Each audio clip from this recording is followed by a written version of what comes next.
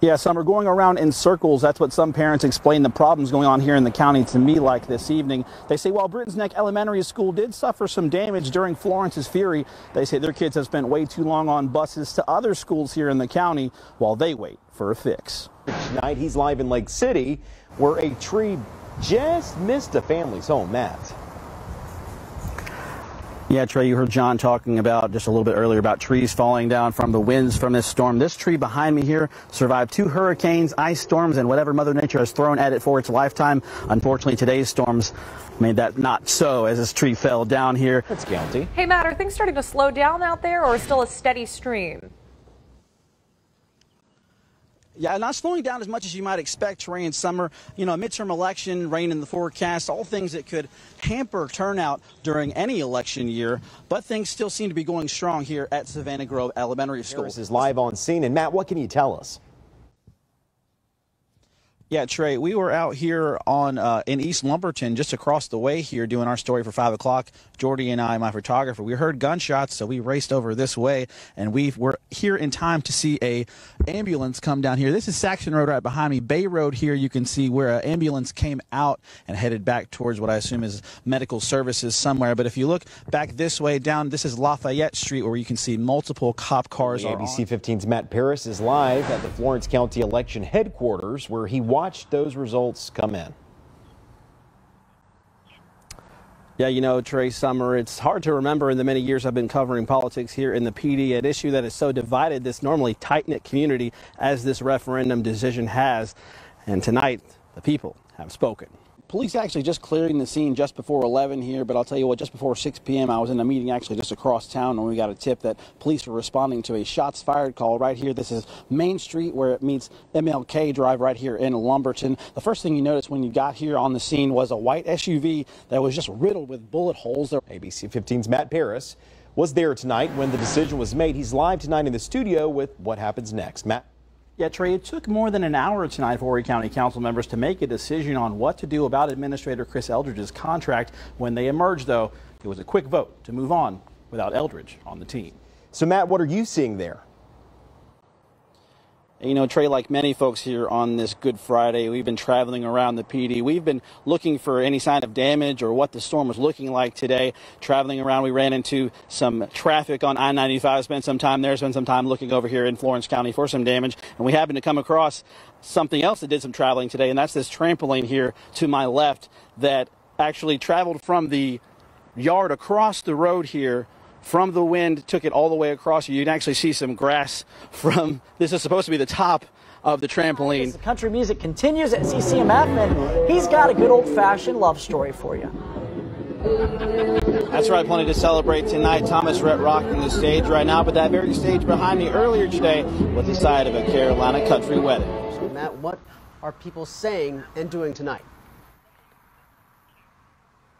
Yeah, you know, it was about 6:30 this afternoon when Governor Henry McMaster handed down that mandatory evacuation for Zone A here in Horry County. And ever since, folks who live in that area or here vacationing have been working on getting a move on and starting to head out of town. We are still in Conway right now. Summer, things in Conway happening to slow down a little bit here. We can just next to 501 here, we can see the traffic slowing as that curfew does take effect there at the top of the hour. We're at Conway High School right now. This serves as one of the many shelters in the area. I'm told by staff inside that they still have hundreds of people here that are expecting shelter tonight who either can't return home or don't want to return home just yet for fear of what this storm is bringing. We heard Simon just a moment ago down on the beach. We can say the same here just a bit inland, that we have seen winds in the last 15 to 20 minutes that have rivaled anything we've seen all day since this event started. Hey, Matt, how are people holding up out there?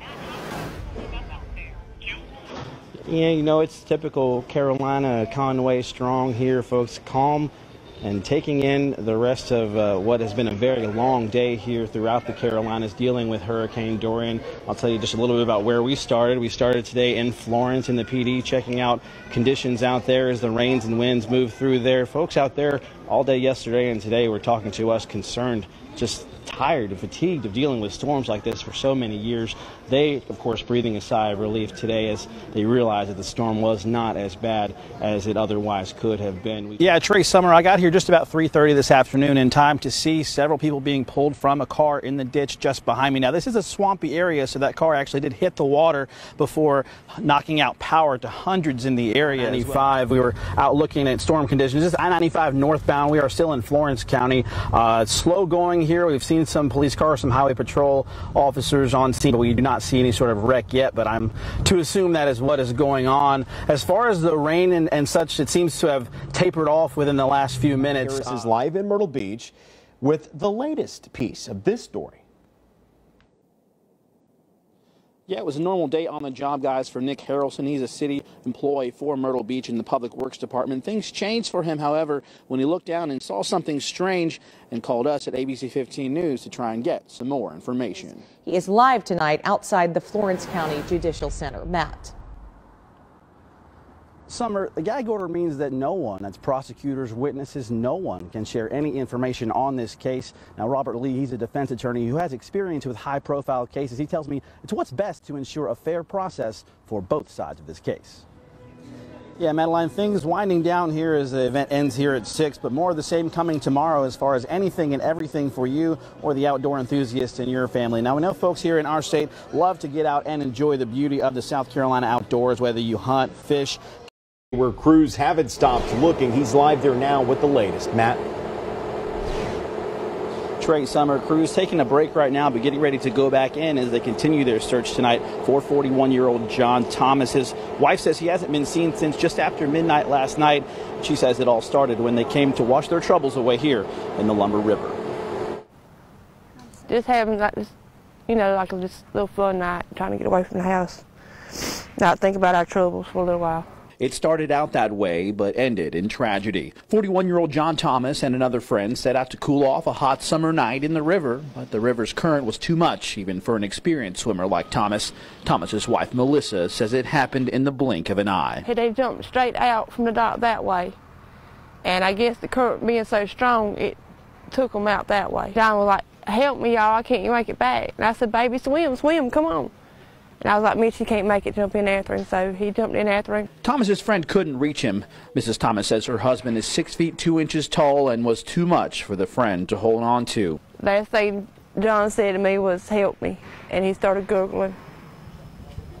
And he was gone. Crews with Horry County Fire Rescue and the Department of Natural Resources spent the day diving and using sonar equipment searching for answers in the murky waters of the Lumber River.